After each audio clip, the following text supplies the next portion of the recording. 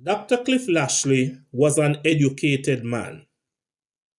He was the director of the Eagle Group of Companies, and he was a guest lecturer at the University of the West Indies, UWI. Back in the early 1990s, the public heard his voice as a regular guest on a local radio program called The Breakfast Club. Dr. Cliff Lashley lived at the opulent Ocean Towers apartment at 8 Ocean Boulevard, Kingston. Life for him was going well. He had a nice apartment, a nice Suzuki Jeep, reliable sources of income, and he was very much respected. On Friday, February 5, 1993, Dr. Cliff Lashley left his apartment in the afternoon and drove off in his Jeep. He was never to be seen alive again. When Dr. Cliff Lashley did not return to his apartment, and when he did not turn up to work on Monday, February 8, 1993, his absence raised serious concerns. He was reported as a missing person to the police. Police launched an investigation. On Thursday, February 11, 1993, 7 days after Dr. Cliff Lashley was last seen, police had a breakthrough. A man was caught driving Dr. Cliff Lashley's white Suzuki Jeep on the Palisadoes Road.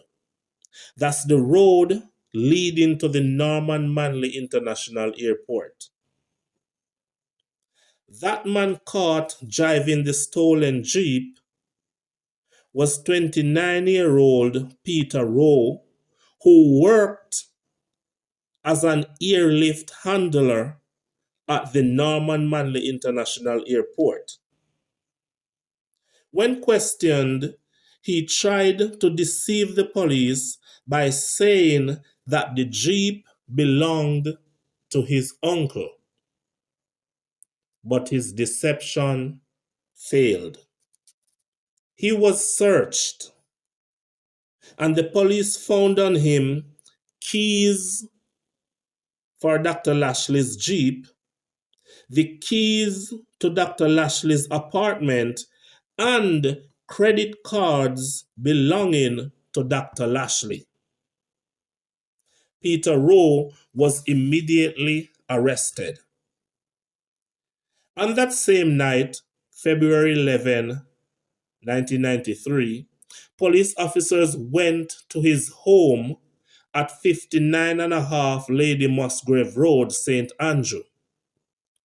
There, at Peter Rowe's home, police found items purchased by the stolen credit cards, documents marked Cliff Lashley, and some belongings of Dr. Cliff Lashley. Peter Rowe then became the prime suspect in this missing person investigation, and the police officers needed answers from him. The big question was, where was Dr. Cliff Lashley?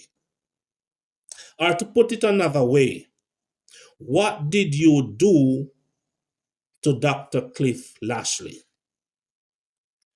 Peter Rowe first told the police officers that he drove Dr. Lashley to the Norman Manley International Airport on Saturday, February 6, 1993. That's the day after Dr. Lashley was last seen.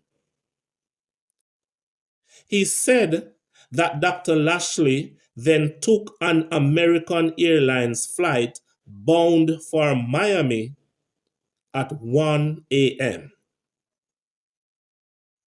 A quick check with the airport proved that no such flight occurred at the airport at such time. Peter Rowe was lying. With no way to explain his way out of the situation, Peter Rowe soon confessed. He confessed. He confessed that he had murdered the executive of the Eagle Group of companies and stole his Jeep and other possessions. Peter Rowe led the police to a gully on Lady Musgrave Road in St. Andrew, the same road he lived on.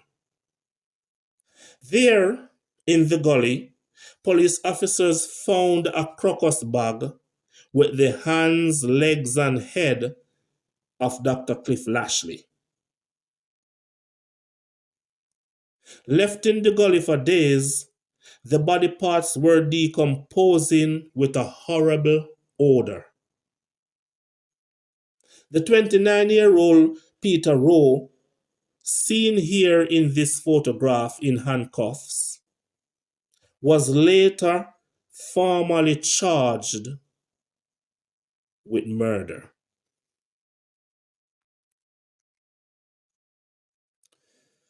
So, what was the motive for this brutal murder?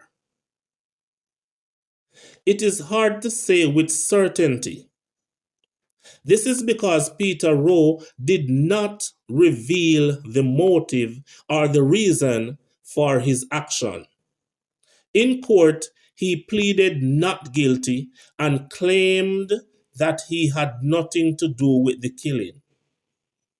He even denied in court that he had confessed to the police. But the list of evidence against him was too much for him to escape. Though Peter Rowe did not reveal the motive for his action, it would not need a rocket scientist to figure it out. It was greed. It was all about greed mixed with wickedness. To understand how this greedy young man, Peter Rowe, came in contact with Dr. Cliff Lashley, we will have to include a very important piece of information. You see, Dr. Lashley was a rich and single homosexual male. Peter Rowe, on the other hand, was not rich, but had a reasonably good paying job and was also gay. Both men were gays and they were lovers. Being a young lover to Dr. Lashley, Peter Rowe, in this way, had access to him. He visited Dr. Lashley's apartment.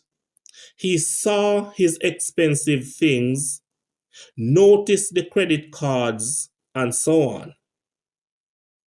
So when he decided to act against Dr. Lashley, it was easy. Dr. Lashley trusted him, and because of this, Dr. Lashley never saw what was coming. Despite his elaborate story of innocence, on Friday, June 3, 1994, the jury, comprising 7 women and 5 men, found the 30-year-old Peter Rowe guilty. Guilty of non-capital murder. Peter Rowe was sentenced by the judge, Mr. Justice Rickard, to life imprisonment with the possibility of parole after serving 25 years. But Peter Rowe did not just accept the sentence. He made an application to the Court of Appeal with the hope to have the life sentence overturned. In December 1994, the Court of Appeal denied his application. That meant Peter Rowe had to serve his sentence.